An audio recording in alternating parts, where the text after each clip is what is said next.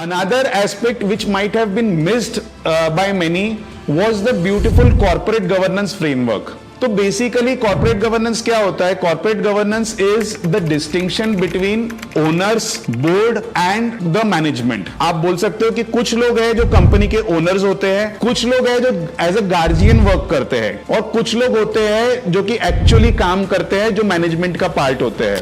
इसमें अगर तुम लोगों ने दोनों एस्पेक्ट को समझा रहेगा कि जेआरडी वाज ऑलवेज मेंटरिंग ज़र्क्सिस. जितने भी इंटरेक्शन जेआरडी के और ज़र्क्सिस के दिखाए गए ना, दे आर ब्यूटीफुल इंटरेक्शंस. उस सीन के ऊपर आप फोकस करना कि किस तरीके से वो गाइड करते हैं. ऐसा नहीं है कि हर चीज इजीली मान लेता है. जब शुरुआत में वो जाता है और बोलता है कि यार मेरे को आप चलो ना, मतलब वो चेयर के ऊपर देखता है कि ज़र्क्सिस इज नर्वस, एंड ज़र्क्सिस बोलता है कि किसका आइडिया था घड़ी बनाने का, किसने बोला था कि हमने इंडिया में घड़ी बनानी चाहिए? आपने बोला था ना. तो you come in the board room, अगर आप रहोगे तो बोर्ड तुरंत अप्रूवल दे देगा. जेआरडी तब एग्री नहीं करते उस चीज के लिए कि मैं तेरे साथ चलूंगा, मैं पिच करूंगा, मैं बोर्ड को अपना इन्फ्लुएंस करूंगा. वो उसको ये जवाब देते हैं कि अगर तू बोर्ड को कन्विंस नहीं कर पाया तो मैं कैसे क्या तेरे को इंटरेस्ट कर सकता हूं इतनी बड़ी रिस्पॉन्सिबिलिटी के लिए. तेरे को अपनी लड़ाई खुद लड़ने की है, तुमको अपने बैटल्स खुद फाइट करने के हैं, और अगर तुम्हारे अंदर कन्विक्शन और पैशन रहेगा तो ही तुम इतना बड़ा काम उठा पाओगे. So that is where you understand what corporate governance is.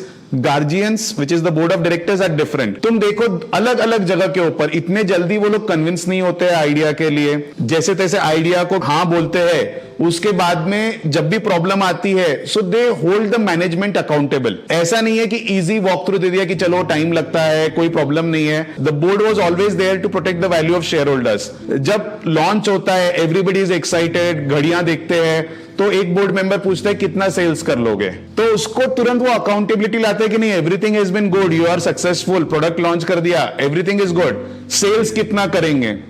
उसके बाद में जब सेल्स कम होता है उसके बाद में फिर उसको अकाउंटेबल करता है, this is बेयरली 5% of what you have promised. तो आप देखोगे कि यहां पर दो वे रिलेशनशिप था. एक रिलेशनशिप था जहां पर JRD was mentoring, that was also very beautiful. छोटे छोटे लाइंस के अंदर बहुत सारी चीजें जेआरडी ने बोली हुई है. जब उसको ग्राउंड करना था तब ग्राउंड करता है, जब उसको सपोर्ट देना रहता है तब सपोर्ट देता है, जब वो प्रॉब्लम में रहता है. जैसे जब मेघा को रिप्लेस करने की बात आई एंड ही वाज कंफ्यूज कि उसने वो हमारे साथ शुरुआत से थी, उसकी निष्ठा की जगह हम लोग उसको ये देंगे क्या, उसको रिप्लेस कर देंगे क्या. देन जेआरडी एक्सप्लेन्स हिम कि यार जब मैंने तेरे को एनबीआईडी से भेजा था तूने मेरे को, डिड यू हेट मी. तो वो जहां पर उसकी कंफ्यूजन रहती है वहां पर जेआरडी उसको हेल्प करता है. So there was this beautiful relationship between the owner, the entrepreneur and the board, जहां पे everybody was performing their own duty to the fullest extent. So this is what corporate governance is.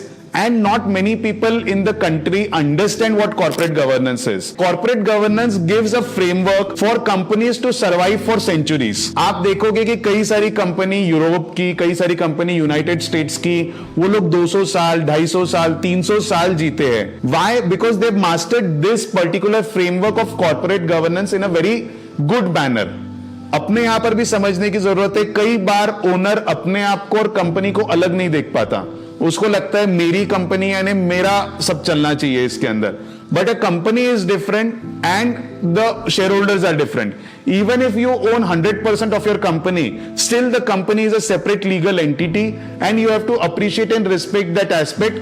तब जाके आप एक arms length पे, distance पे काम कर सकते हो और कंपनी सर्वाइव होती है लॉन्ग टर्म.